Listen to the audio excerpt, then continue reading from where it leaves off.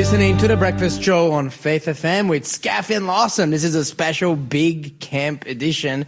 And we have producer Shell with us and my good friend Dr. Sven Ostring just joined us. Good morning to you, Sven. Good morning to you, Skafy, as well. And Lawson. It's very nice to have you here because we are going to be talking about Artemis 2. I want to hear all about it, Sven, including, number one, what was the mission trying to accomplish? Is it something that there's some Bible-related questions there that I actually want to throw to both of you that came through our text line. And the question is God going to allow humans to go to Mars prior to Jesus coming? Because what's going to happen? Are they going to be experiencing the 7 plagues of Revelation, for example, if that happens? Can we escape the plagues if we manage to flee to the moon or to Mars? So I'm going to be asking you these interesting questions as well. But we are going to, and also Dr. Sven is just launching a brand new book on cosmology and all the science of space and how that's pointing to God. So we're going to have an incredible conversation with him today.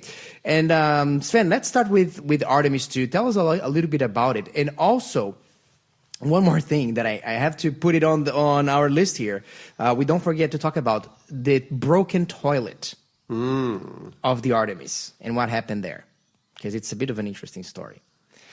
Before we get into any of that, we need a quiz question. Please, producer Shell. All right, our next quiz question of the morning. In the book of Exodus, what object did Moses use to turn bitter water into sweet water? In the book of Exodus, what object did Moses use to turn bitter water into sweet water? We have an answer coming in. I will accept both of those answers. Well done. One last time, in the book of Exodus, what object did Moses use to turn bitter water into sweet water? You can text us in your answer on... Lawson, what's the number? 0491064669. I still remember. That's great. Still remember. Everywhere I go, I accidentally give out that number. I'm at the doctor's. I give them the Faith of Him text line. It's wild. It's wild. I'm trying to unremember. And I've been gone for 2 months and I can't remember it. So. Hey, that's my young impressionable mind has been forever seared with the text line for Faith FM, which is awesome. Hey, it's also the number you can text us in on, of course, if you know the quiz question. But if you want to ask any questions regarding cosmology, space, God, the Artemis 2 mission, I've got a question. Why is this so important? So it's not something that I've necessarily followed or been interested in, but you guys are super keen about it and we're going to talk about it this morning. So I think see me as a surrogate for all the people out there that's like, what's the big deal about a bunch of people getting in a spaceship and flying it around the moon and coming back? What's the go? Well, the thing is that this is the first time we've been back to the moon for over 53 years. Wow. So there's a number of Apollo missions. So Apollo 11, 12, sure. 13, of course, didn't. They had a few problems, as you'd know from the movies. But 14, 15, 16, and 17, they all actually landed on the moon. Wow. And and the fact is that humanity, we haven't been back to the moon. In fact, of course, Artemis 2, we didn't actually land on the moon. The 4 astronauts simply took off, did orbits of Earth, and then they flew past the moon, around the backside of the moon, shall we say, and then came back. But what they're really doing is they're testing the rockets, they're testing the mission to see if we could land on the moon again. And the other moon landings, they always landed and then took off again. Sure. But the goal this time is not only to land, but actually set up a human base. A permanent base there. Amazing. Yeah. So Sven, okay, let's talk about it. So it looks like they're doing like a test drive of the machine. Like, did everything work according to plan, or was there any issues with it? There was some issues. Yes, there was some issues. So, as you mentioned, there was the toilet. Okay, tell us about the toilet issue, because I think that was a fun story. Well, it was a little bit of a breakdown in the toilet, which of course is a very basic kind of piece of machinery, as I'm sure you wouldn't want your toilet to break down. But the interesting thing was that the it was a lady on board, the female astronaut, Christina Cook, who was the plumber, and she had to do all of the messy, dirty work of getting the toilet back in place. No. I mean, imagine you're in space, and then the toilet breaks down. By the way, I heard that this toilet is like $30 million. That was aboard. It's kind of like a toilet with with a vacuum attached to it. So you do your thing, and then the vacuum just like sucks it and throws it out into deep space. That was an interesting sound effect. So I do not know. I mean, producer Sean, you have a special sound effect here No, for an not for intergalactic that. toilet. Well, it's a bit like the toilets you have on planes, right? You have that similar kind of, you close the lid because you don't want the big sound effect. Sure. But imagine seeing like the pieces of your food waste just floating around you everywhere in the spacecraft. I mean, yeah. Is that what says- happened? Like, while she was fixing it? I think so. I mean, they had to turn the cameras off while they were cleaning it. Yikes. Okay. I think that there were there you pieces of fecal matter flying all over. This is quite inappropriate breakfast radio this morning, but okay. So So you know what? If you happen They did to have also- another thing. There was a nitrogen leak on the one of the modules, so they had to fix that. But it wasn't anything like Apollo 13. It wasn't Houston. We have a problem. yeah. So what happened to the Apollo 13 exactly? What went wrong with their mission? So they had a leak, an oxygen leak, and they discovered the leak, and the problem with that was that they were starting to lose oxygen, and literally they could have died if they didn't effectively create a valve that would solve the problem. And they had to rely on what the engineers at Houston were doing, and then transmit that solution up to Apollo 13, and then they had to actually resolve the problem there, which is an incredible feat. And they only really had a short amount of time to be able to do it. That's incredible. So they could have died. Yeah, Wow. of course. Now, I want to ask the naturally skeptical question that comes regarding, space flight, particularly space flight that has anything to do with the moon. Why is it that we're doing test drives, to circle around the moon when we apparently landed on it, the last time, however many years ago, 50-something years ago, when your average home computer could, play Pong and, when, now we're in such a greater technologically advanced age compared to then. Why is it that we're struggling to land on the moon? We're needing to do test drives where our toilets break and whatnot. Shouldn't this be a cinch? Shouldn't this be easy? Well, of course, this is not the first test drive. This is Artemis 2. They did Artemis 1, which was a test drive, which was just a rocket flying around, and the spacecraft. So this one was a manned or human-operated mission. But the reality is that, of course, every single space exploration is fraught with huge amounts of risk, huge amounts of danger as well. Things can go wrong, even toilets can break down. In terms of why they're going back there, they've actually got their sights on a further frontier, and that is they want to get to Mars. Wow. So, we've already got to the moon, as you said, Lawson. We've landed on the moon. We haven't stayed there yet, but we, the Americans, the NASA, want to get all the way to Mars, and so you have to test it out to make sure your rockets can get there, your spacecraft can get there. Otherwise, if you just send them out, you might never get those astronauts back. So why do we, if we want to go to Mars, why having like a base in the moon? How is that going to help us into that journey? Well, it's testing the systems. It's because the fact is that neither the moon nor Mars has an atmosphere like we have on Earth. So here, you land in your Qantas plane, you get out there, you pick up your luggage, And whether you're, in Port Macquarie or Newcastle or Sydney or Melbourne or wherever, you just get out there and live. But there, they're actually going to have to create a whole environment, a system whereby you can live with the astronaut suits and all that kind of stuff. Mm-hmm. And so we have to do that on the moon then move to Mars as well. Now, why are we interested in Mars? Okay, it's our closest planet, and that would be really great to get there. But there's the question of, okay, is there life on Mars? Has there ever been life on Mars? Can we actually find that evidence? And that's one of the things I want to do. But of course, it's also the whole human desire to explore and move to new frontiers.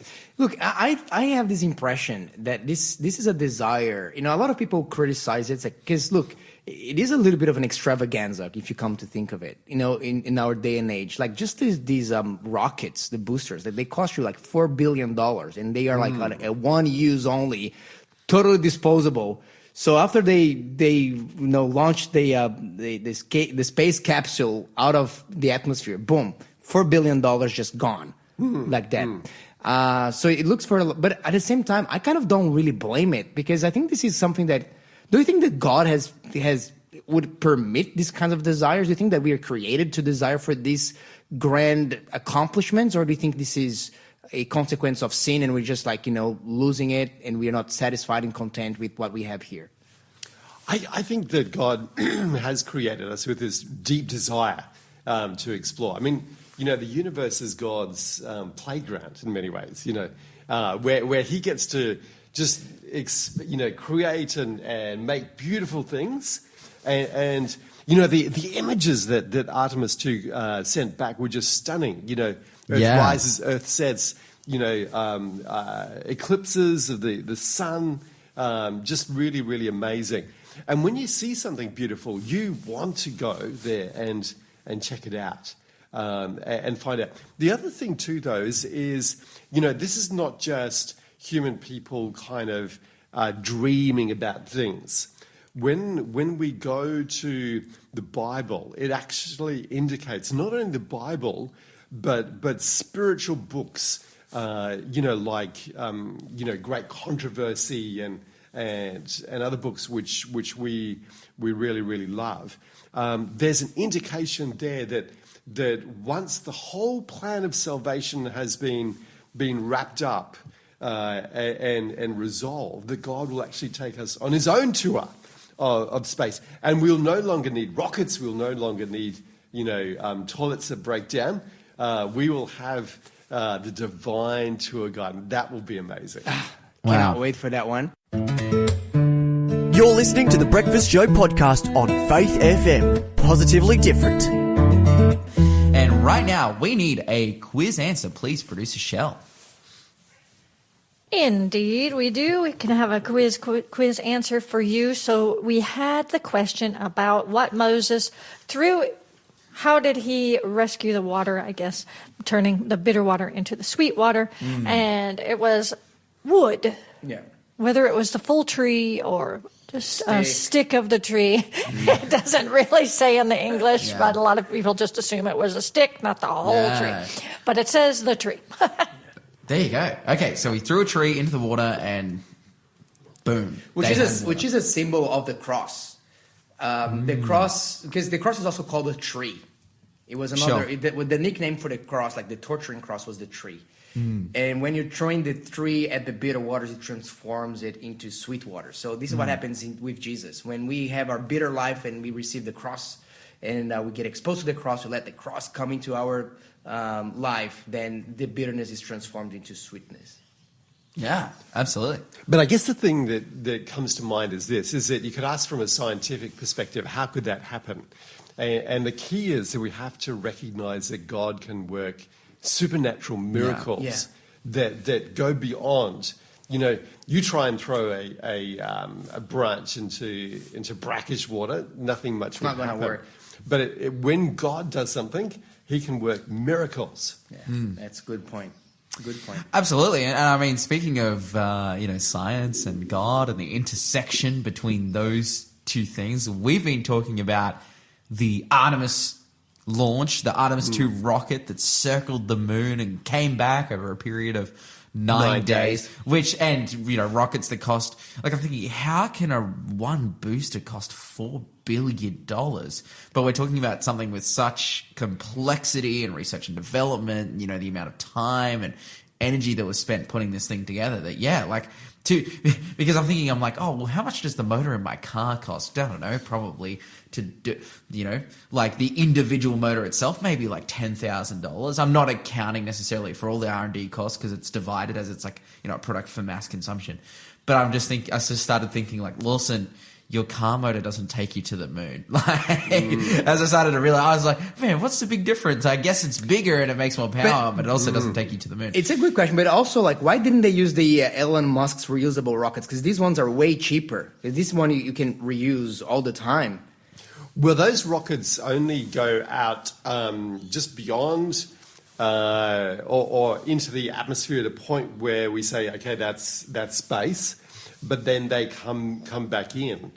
Whereas these rockets have to take the astronauts way out, a high Earth orbit.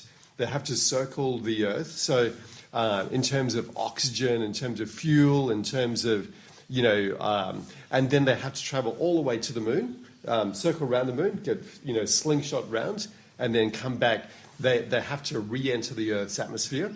And then splash down in the Pacific. So it's kind of it's a difference between sort of having a paper plane that you kind of throw into the atmosphere as compared to a A380 which can fly all the way across the Pacific. There's a big difference between the two.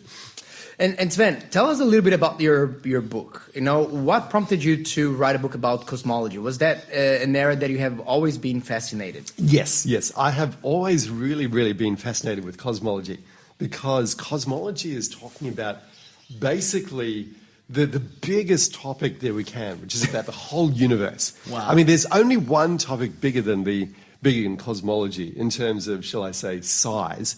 And of course, that is God himself. Because God is transcendent, he's eternal. So I like big picture ideas. In the faith and science kind of area, we often look at biology and intelligent design, irreducible complexity. So we're really looking at the bugs and the snails and the butterflies and all that kind of stuff. But when you look out into space, you have to go like, wow, where did all of this come from? And the natural human, response is to say there must be a creator behind the universe that caused this universe to come into existence. And so it really points to the grandeur and the scale and the immensity of God. Yeah, it's really incredible. And look, so when you're writing a book about cosmology, so did you author all of the chapters, or you edited, you kind of compiled different chapters? Because you wrote a book about the flood. We actually had a special program about it before, where you authored a few of the chapters, but some of the chapters were also a collaboration with other writers. Yes. Is that the same model that you went with the cosmology book? Same model, because there's a lot of expertise that's needed with regards to cosmology and mathematics and astrophysics and quantum physics. And so it's good to get their perspectives as well. So what I was doing was, together with Dr. Alyssa Percy-Manson, was editing these chapters, particularly to make sure that they're very understandable. They can be used in the context of schools or churches, or just to be read. But we looked at all different aspects. We looked at mathematics. Did you realize that mathematics is a powerful pointer towards the existence of God? How so? Because this is the idea. This is the thing. So we do mathematics in our mind. We have all of those geometrical shapes. We do algebra. We do calculus. We work with complex numbers, imaginary numbers. So that's mathematics, and we develop all these incredible equations and solutions. And then what happens is that the physicists So the quantum physics and they then go out into the real world, and then they apply the mathematics, and they find the mathematics actually works in the real world. That's pretty crazy. And the question is why? Why would something we just do abstract, sort of conceptual in our mind, why would it work in reality? And that points to the existence of God. It's kind of amazing to think about it when you stop, because it's kind of like when we talk about what is the language of God? And we're trying to say, I like to say it's Portuguese, and other people say, oh, it's this, is that, and perhaps, some American English, or some Pentecostal. The King James Bible only. Yeah, Hebrew. I've heard about this one, Hebrew or Proto-Hebrew. Some of my Pentecostal friends say, no, it's these unintelligible tongue that, some people utter ecstatically and so on. We talk about the Tower of Babel, but when it comes to think, actually the only language that we stumbled upon and is universal is mathematics. And music is an expression of mathematics. So these are universal languages that can be understood and appreciated across cultures. But we kind of stumbled upon them. And I think that these are really, you can say that they are languages of the language of God, more so than perhaps our normal vernacular here that has so much more history behind it, human history. Yeah. And so this is the first topic that we dealt with, and that was done by Professor Anthony Bosman from Andrews University, and that was a great topic. We looked at other things as well, quantum physics. I mean, quantum physics just really kind of bends your mind. Yeah. So, I mean, it's a word that I hear and I don't understand at all. And people are like I am not in the scientific world, I don't think, very much at all. And I hear words like quantum physics, and people talking about quantum computers at the moment, talking about how they can calculate so many more, calculations per second, and I'm like, how does that work? Like, why does the word quantum all of a sudden make something way more complex and smart? And I'm sure you can explain it to us, Sven. But yeah, okay. We're getting into the depths here. We're getting into the depths, but what it means is the reality of what we're looking at in the universe is so much richer than we sometimes normally think of or imagine. Yeah. So quantum physics is this. So when we're dealing with bikes and cars and scooters and all of those kind of things, when they move, they do things which we kind of expected they would move. So, sure. Two cars hit each other and you get a bit of a crash, that kind of thing. But once you start getting down into the much smaller kind of levels of quantum physics, things like light and waves and particles, they operate differently than we'd expect they would if they were bigger things like cars and bikes. And this is the incredible reality with quantum physics. So what happens, say, with quantum physics is that we would, when you go down to that level, the particles can act both as particles and waves. And you do some really, really cool kind of things with these. They don't just crazy. Operate kind of individually. Sure. They have a much broader kind of sort of influence, shall I say, or effect. And it's this idea, this reality, which really opens up some incredible things. First of all, it's like really spins your mind out in terms of actually making it work.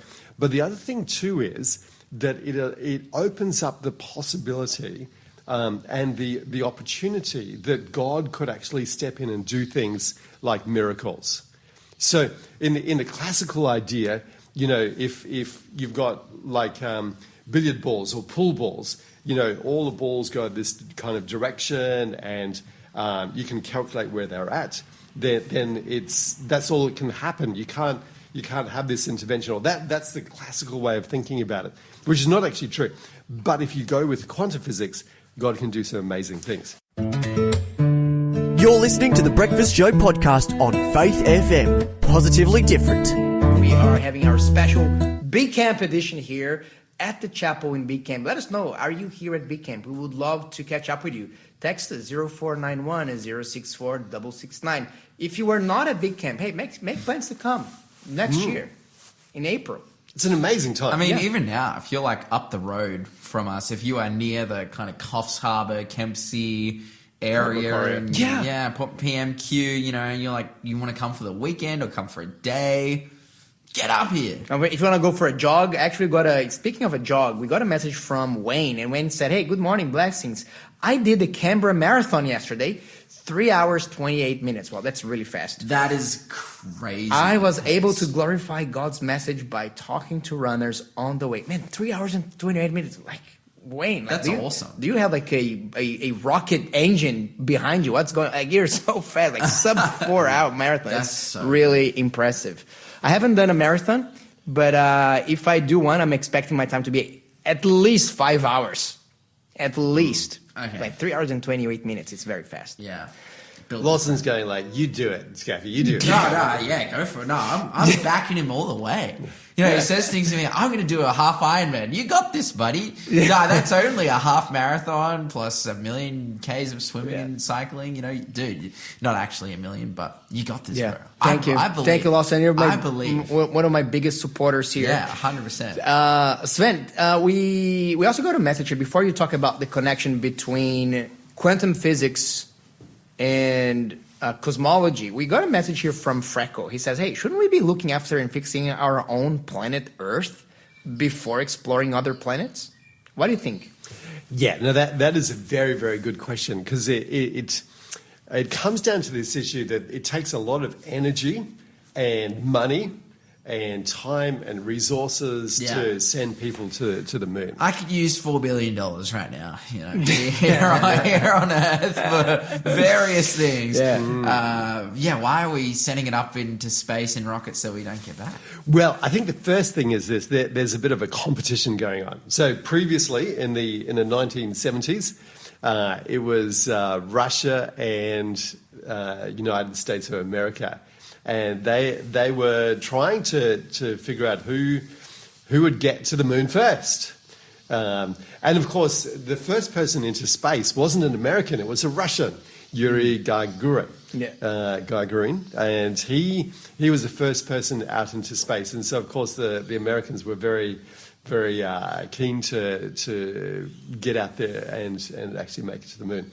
But there's a new frontier, obviously, with Mars as well. And so now we have the Indian space agencies, and we've got China, we've got Japan sending rockets out in space, and so there's this competition: who's going to get there? Now that is part of what drives it. It's also that natural curiosity we have as human beings, and the other thing too as well is that by testing it and going to the edges of our ability to go to Mars, it can actually generate or stoke creativity with regards to things we do back here on Earth as well. I definitely recognise, I think there's a lot of problems here on Earth that we need to solve. Things like Iran and Ukraine and things like that.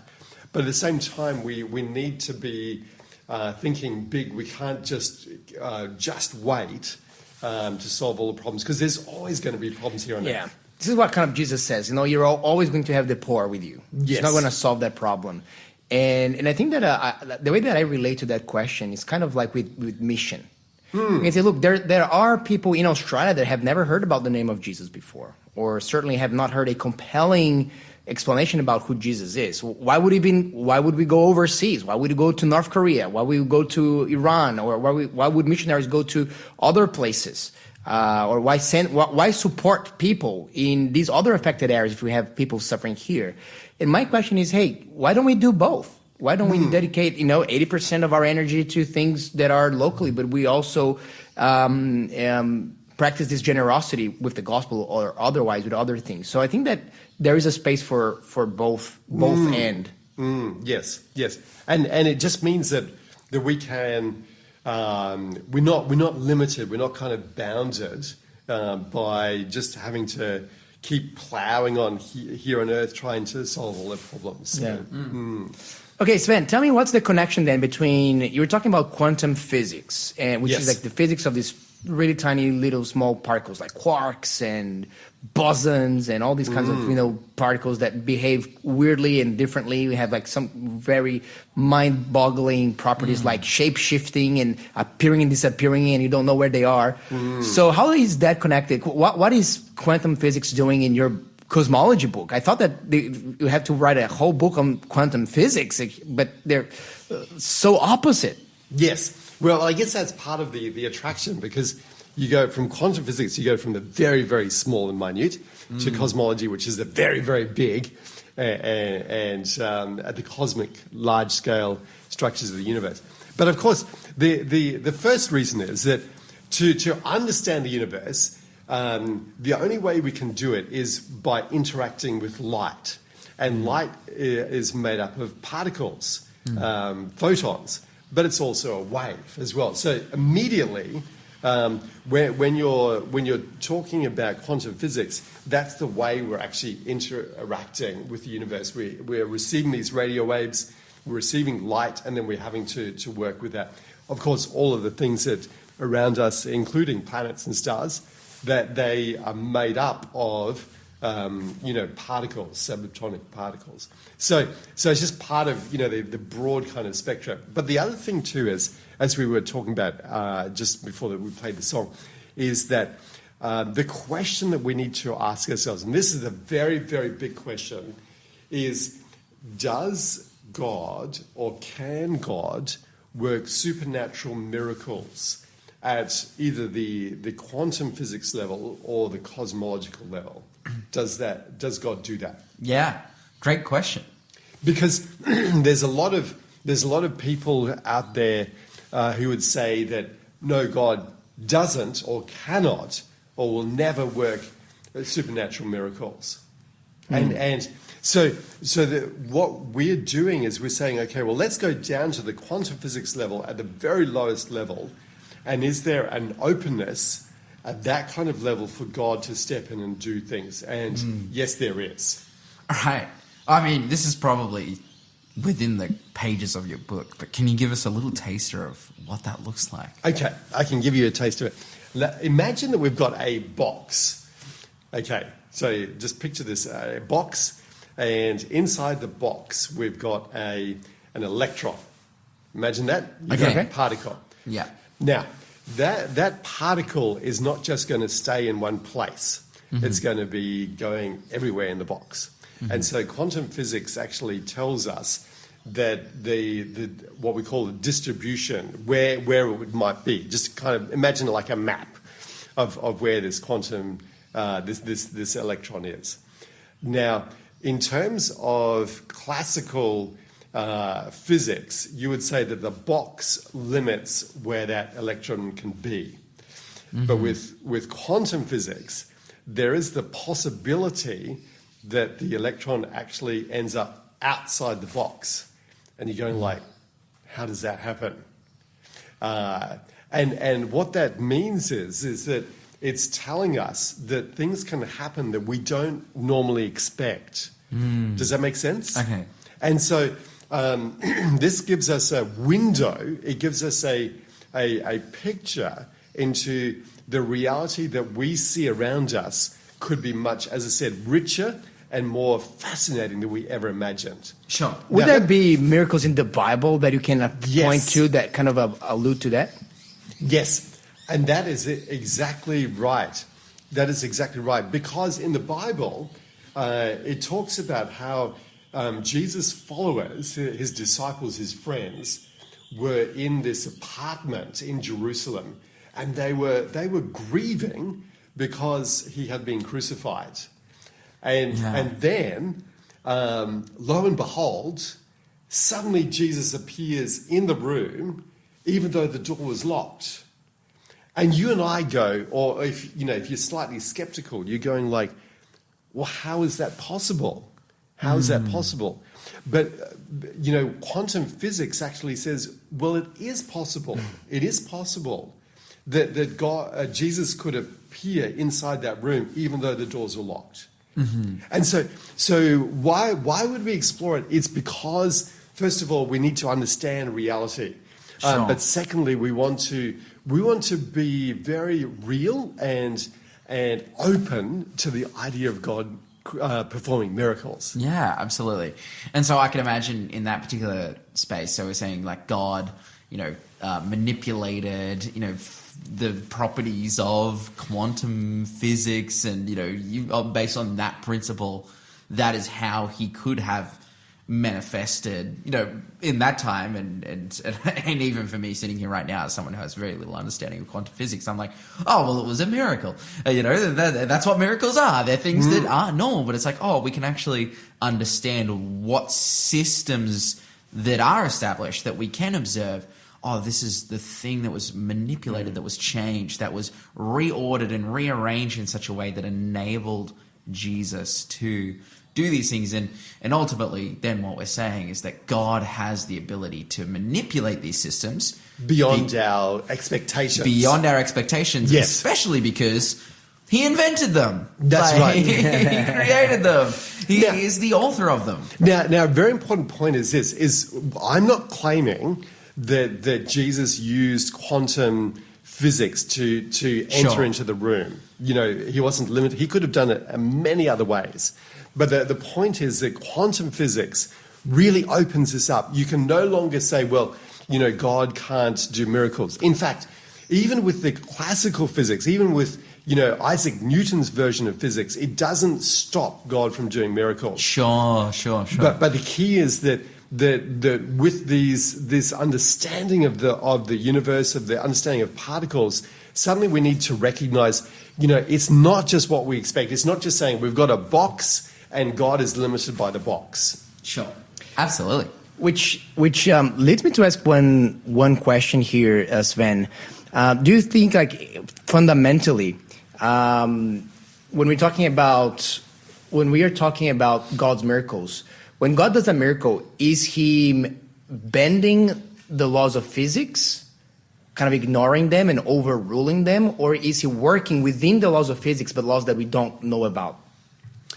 So it's a bit like, for example, if we had a bottle of water sitting here on the table, and say Lawson kicks the leg of the table, and suddenly the bottle goes flying, and the lid's kind of half off, and you and I sitting here, we know that there's going to be a mess because that falls off. Now, that's due to the law of gravity.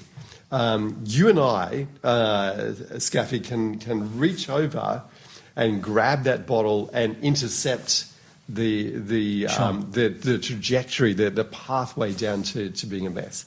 And so what that says is that we're not disobeying the law of gravity. We're not contravening it. We are just stepping in as rational agents, as conscious, people who can step in and do it and put the bottle back on the desk.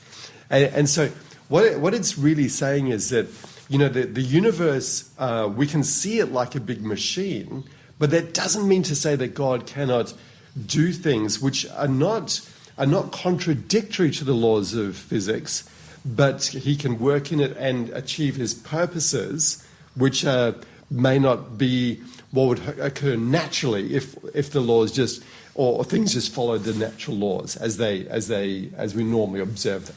Amazing. Thanks for being a part of the Faith FM family. Join our community on Facebook or get in touch at 1-800-FAITH-FM.